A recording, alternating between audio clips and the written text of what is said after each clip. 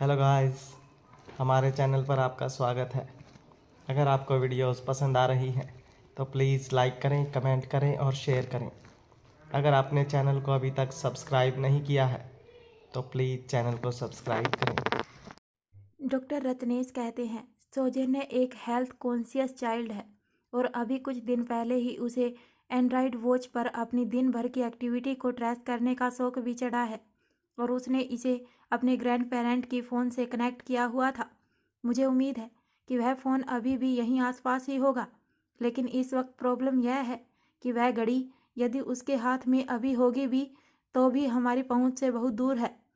मेरी जानकारी के हिसाब से ऐसी चीज़ों की एक रेंज होती है, उस हिसाब से वह घड़ी हमारे लिए मददगार होकर भी किसी काम की नहीं, क्योंकि हमें बिल्कुल भी कोई आइडिया नहीं है कि वह इस वक्त कहाँ है जिससे हम उसकी रेंज में पहुंच सके।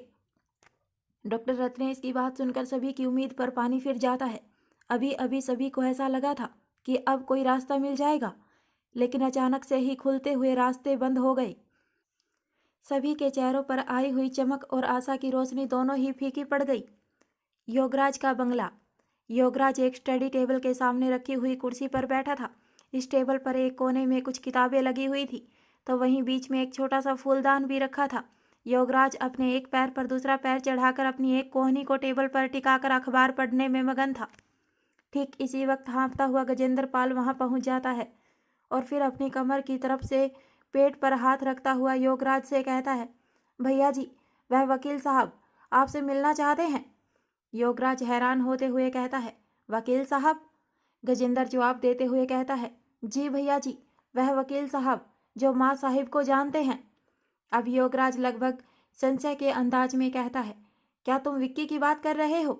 गजेंद्र पाल कहता है, जी भैया जी, हम उन्हीं की बात कर रहे हैं। हमने बहुत मना किया कि आप अभी किसी से नहीं मिल सकते, लेकिन वह किसी भी तरह मानने को तैयार नहीं।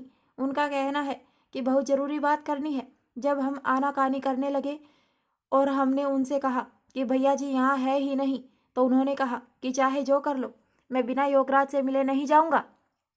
मुझे अच्छी तरह पता है कि भैया जी योगराज यहीं है और उनके पास इस वक्त समय की भी कोई कमी नहीं है। जब उनका मन करे तो वह मुझसे बात कर लें।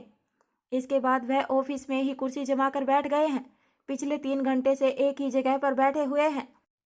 फिर एक पल खामोश होकर गजेंद्र पाल दोबारा से कहना शुरू करता है, इतने समय तक यहाँ बैठे बैठे वकील साहब को कोई परेशानी नहीं हुई, लेकिन उन्हें वहाँ बैठे देख देख कर हम जरूर परेशान हो गए हैं। अंत में जाकर जब हमने उनसे पूछा कि मुद्दा क्या है वकील साहब, कम से कम इतना ही बता दीजिए, तो मुस्कुराकर विक्की साहब बोले कि जाकर अपने भैया जी से माँ साहिब कह दीजिएगा, आगे वह खुद समझदार है। इसके बाद भी अगर उन्होंने मिलने से मना कर दिया तो मैं यहाँ से चला जाऊँगा।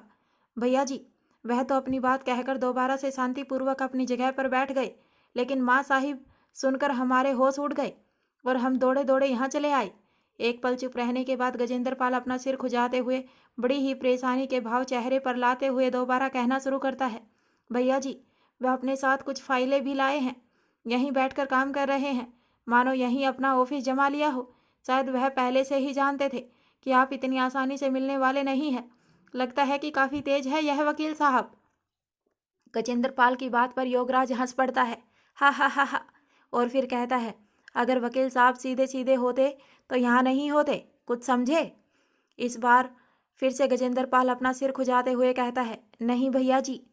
योगराज कहता है, माँ साहिब के लिए काम करने वाले लोग सीधे साधे होते तो कब का दुश्मन के हाथों से बलि चढ़ चुके होते।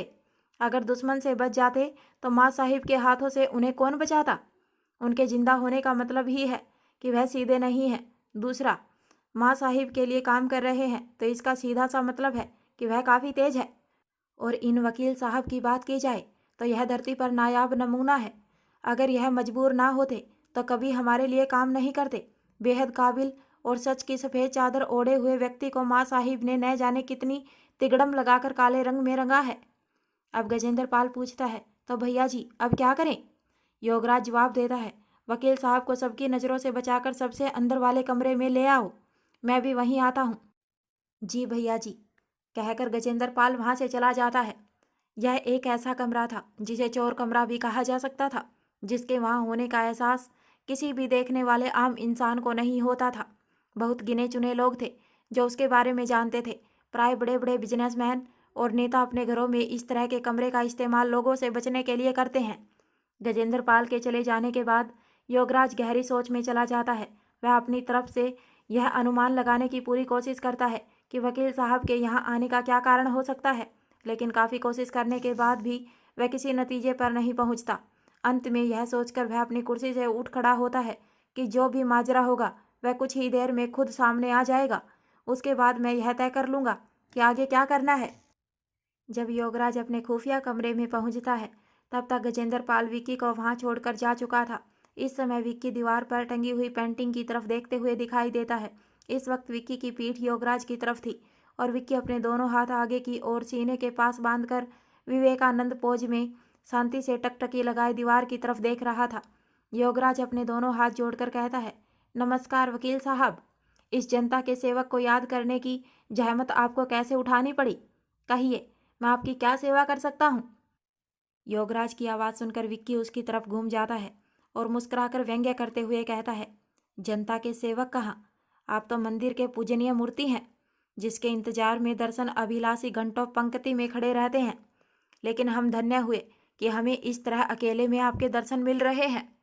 योगराज कहता है, भाई वकील हैं आप, आपसे वाद विवाद, तर्क अथवा बातचीत में कैसे जीता जा सकता है? आप जो कहें सब सही, पर फिर भी हम यही कहेंगे कि इस तरह हमें शर्मिंदा मत कीजिए। आप तो जानते ही हैं कि हमारे सिर पर काम बहुत ज़्यादा है, इसलिए हर किसी से मिलना संभव नहीं हो पाता। आखिर सेवा जैसे पुण्यार्थ को हम कैसे अनदेखा कर सकते हैं? खैर, हमारी वजह से आपको परेशानी उठानी पड़ी, उसके लिए क्षमा प्रार्थी। ऐसा कहकर योगराज अपने दोनों हाथ एक बार फिर से जोड़ लेता है। विक्की कहता है, क्षमा प्रार्थी तो हम हैं कि आपके कीमती वक्त में से कुछ समय चुराने चले आए हैं, और वह भी बिना बताए। इसके बाद योगराज मुस्कुराकर अपना हाथ कुर्सी की तरफ करते हुए कहता है, बैठिए वकील साहब, कहिए आप क्या लेंगे, ठंडा या गर्म? इस पर विक्की कुर्सी पर बैठते हुए कहता है, ठंडा या गर्म लेने में जितना वक्त लगेगा उससे भी कहीं ज़्यादा छोटी है मेरी बात। हाँ, लेकिन काम उतना ही बड़ा है, पर मैं यह जानता हूँ कि यह बड़े से बड़ा काम आपके लिए बहुत छोटा है। यह सुनकर योगराज एकटक होकर विक्की की ओर देखता है। विक्की सिर्फ मुस्कुराता है और एक पल के बाद अपनी बात को फिर से कहना शुरू करता है, बस इतना कर दीजिएगा कि हमारा इनकार आगे भेज दीजिएगा। कह दीजिएगा कि हम आदेश को पूरा करने में सक्षम नहीं हैं। योगराज विक्की के सामने वाली कुर्सी पर बैठा अनजान होने का नाटक करते हुए कहता है, मैं कुछ समझा नहीं। इस पर विक्की मुस्कुराकर जवाब देता है, आपकी समझ से मैं अच्छी तरह वाकिफ़ हूँ, इसलिए कुछ पूछ नहीं रहा, सिर्फ कह रहा हूँ। किले की किलाबंदी मजबूत है और बिना परों का तोता सबसे ऊपरी इमारत पर कैद है, हमें उसमें प्रवेश करने की अनुमति नहीं। इतना कहते हुए विक्की अपनी जगह से उठ खड़ा होता है। उसके बाद अपने कोट को ठीक करते हुए मुस्कुरा देता है। फिर अपने दोनों हाथ जोड़कर नमस्ते का पोज बनाने के बाद बिना कुछ कहे वहाँ से बाहर की ओर चला जाता है। योगराज सिर्फ उसे जाते हुए देखता रह जाता है। उसके जाने के बाद योगराज अपने दोनों हाथ अपनी दोनों जांघों पर रखता है और उसके बाद गहरी सांस लेकर सहारा लेते हुए खड़ा हो जाता है। जैसे ही विक्की कमरे के दरवाजे से आगे की तरफ बढ़ता है, वैसे ही बाहर दरवाजे के पास खड़ा हुआ गजेंद्र पाल अंदर आ जाता है। फिर योगराज से कहता है, कमाल है भैया जी, इन्होंने तो आपको भी आनाकानी का मौका नहीं दिया। गजेंद्र पाल के ऐसा कहने पर योगराज अपनी सोच से बाहर आ जाता है और उसकी तरफ देखकर अपने बाईं तरफ के होठों को हिलाकर आधी सी मुस्कान देता है। एक पल के लिए वहाँ सन्नाटा छाया रहता है। उसके बाद योगराज कहता है, इनका यहाँ आना कोई सामान्य घटना नहीं है, लेकिन फिर भी हमें यह संदेश आगे भेजना ही होगा। उसने जो कहा उन शब्दों को ज्यों का त्यों आगे भेजने का इंतजाम करो। उधर मारवा हाउस में रोहित स्टडी टेबल पर अपना लैपटॉप रखकर कुछ काम करता हुआ दिखाई देता है। इस वक्त वह बच्चों को दिल्ली से बाहर भेजने के संदर्भ में ही कुछ रिसर्च कर रहा था। अपने काम को जारी रखते हुए बीच में ही वह एक निगाह अनिका की तरफ देखता है और फिर से अपनी निगाहें लैपटॉप पर ले आता है। अनिका अपने बेड के एक किनारे पर शांति से बैठी हुई थी। उसकी स्थिर आंखें बता रही थी कि वह मन ही मन किसी योजना की उधेड़-बुन में लगी हुई है। रोहित अपने काम को जारी रखते हुए अनिका को संबोधित करते हुए कहता है, अनिका, तुम चाहती तो बच्चों को प्रैक्टिकली दिखा सकती थी कि उनके बाद की स्थिति को संभालने के लिए तुमने क्या योजना बनाई है। फिर इस तरह सिर्फ प्रोजेक्ट दिखाकर काम चलाने का क्या मतलब है? फिर अपनी बात को और स्पष्ट करते हुए रोहित कहता है, मेरे पूछने का मतलब है कि ऐसा करने के पीछे तुम्हारा क्या मकसद है? रोहित की बात सुनकर अनिका का ध्यान टूट जाता है और वह धीरे से अपनी पलकें उठाकर रोहित की तरफ देखने लगती है। कुछ पल तक खामोश रहने के बाद अनिका बिस्तर से उठकर खड़ी हो जाती है और अपने दोनों हाथों को सामने की तरफ सीने के पास बांधकर धीमे धीमे कदमों से कमरे में चलते हुए रोहित की बात का जवाब देती है। इसके पीछे मेरा कोई विशेष मकसद नहीं है, बस मैं बच्चों का दिल नहीं दुखाना चाहती थी। तुमने देखा ना कि सिर्फ प्रोजेक्ट देखकर उनके चेहरे कितने उतर गए थे। अगर वह हकीकत को सामने से देखते तो न जाने उनकी कैसी प्रतिक्रिया होती।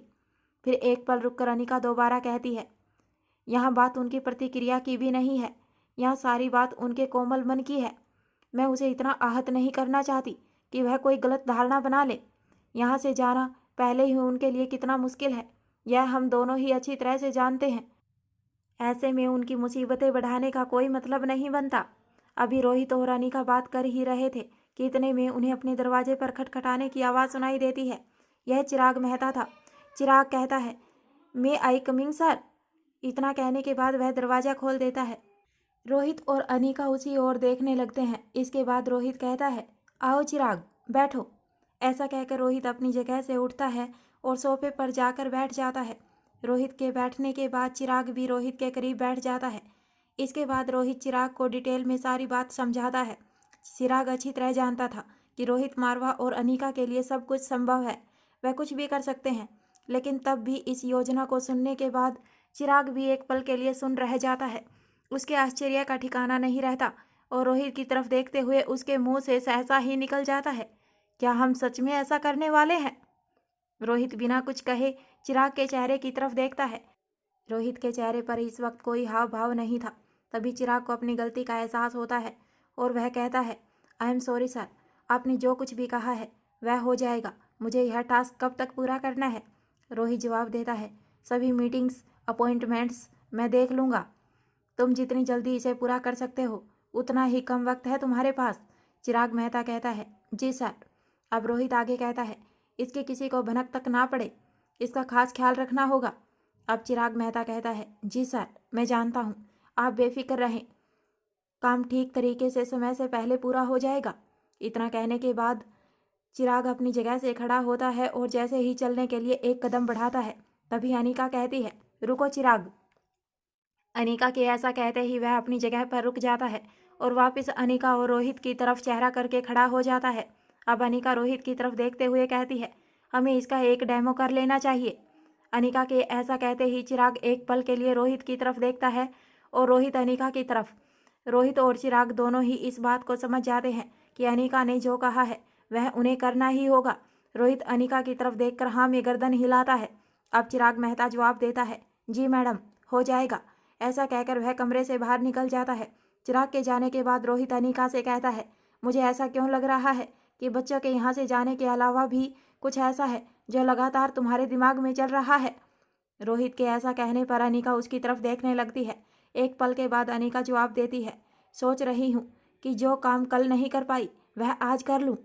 अब रोहित अपनी जगह से उठकर खड़ा हो जाता है और अनिका के पास आकर उसके पीछे की तरफ से अपने दोनों हाथ उसके कंधों पर रखते हुए उसके चेहरे की तरफ झुक जाता है और बड़े ही प्यार से अनिका के चेहरे से अपना चेहरा लगाते हुए पूछता है, अब किसकी सामत आई है?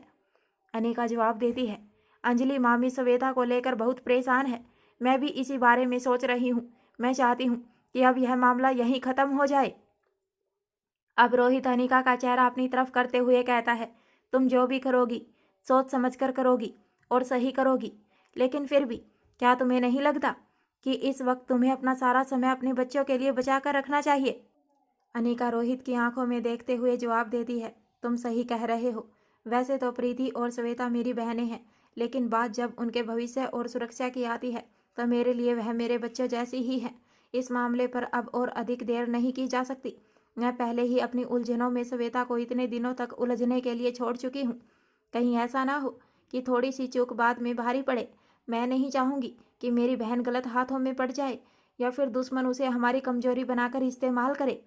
रोहित अनिका के दोनों हाथों को अपनी हथेलियों में लेते हुए कहता है, मैं तुम्हारी फीलिंग्स अच्छी तरह समझता हूँ, पर इतने से काम के लिए तुम्हें मुसीबत उठाने की ज़रूरत नहीं है। तुम मुझे बताओ कि तुम्हें कौन चाहिए, मैं उन्हें यहीं हाजिर कर देता हूँ और फिर तुम यहीं मारवा हाउस में उनके साथ जो करना चाहो वह कर सकते हो। बस इतना कहो कि उनके अंदर सांसें बची होनी चाहिए या नहीं। अनिका बड़े ही शांत भाव से जवाब देती है, नहीं, इस सब की ज़रूरत नहीं है। पहले मैंने भी कुछ ऐसा ही सोचा था, लेकिन अब मुझे लगता है कि थोड़ी बातचीत से बात बन जाएगी। मेरा मतलब है कि मुझे जो जानकारी चाहिए वह मुझे मिल जाएगी। उसके बाद यह तय किया जा सकता है कि उनके जीने भर के लिए सांसें छोड़ी जाएं या नहीं। रोहित कहता है, ऐसे छोटे छोटे कामों के लिए तुम्हें कहीं जाने की ज़रूरत नहीं है। तुम सिर्फ आदेश करो, हमारी टीम काम पूरा कर देगी। अब अनिका कहती है, मुझे अच्छी तरह मालूम है कि तुम इस तरह मेरा रास्ता सिर्फ इसलिए रोक रहे हो क्योंकि इस वक्त तुम चाहते हो कि मैं अपना सारा वक्त बच्चों के साथ बिताऊं, लेकिन इतना ओवर पॉजिटिव होना उन्हें कमज़ोर कर देगा। दूसरा, घर के बाकी लोगों का ध्यान भी इस बात पर जाएगा कि हम हर वक्त उनके साथ हैं और वह अनुमान लगाने लगेंगे कि क्या वजह हो सकती है। तीसरा, हमारी खास टीम का एक हिस्सा भूमि की सुरक्षा के लिए उसके पीछे गया है और एक हिस्सा लगातार सौम्या पर निगाह बनाए हुए है। अब हम बची हुई टीम को भी बाहर भेज देंगे तो यह बहुत अच्छा निर्णय नहीं होगा। इसके बाद जैसे ही रोहित कुछ कहने की कोशिश करता है, अनिका उसके होठों पर अपना हाथ रख देती है और उसके बाद कहती है, तुम ज़्यादा मत सोचो, क्या करना है क्या नहीं करना है वह मैं खुद देख लूँगी। मुझे अपनी सुरक्षा के लिए किसी टीम की ज़रूरत नहीं है और ना ही अपने काम पूरे करने के लिए। यह तुम अच्छी तरह से जानते हो। एक पल रुककर अनिका पूरे विश्वास के साथ मन ही मन दृढ़ निश्चय करती है, मैं आज रात ही इस काम को पूरा करूँगी।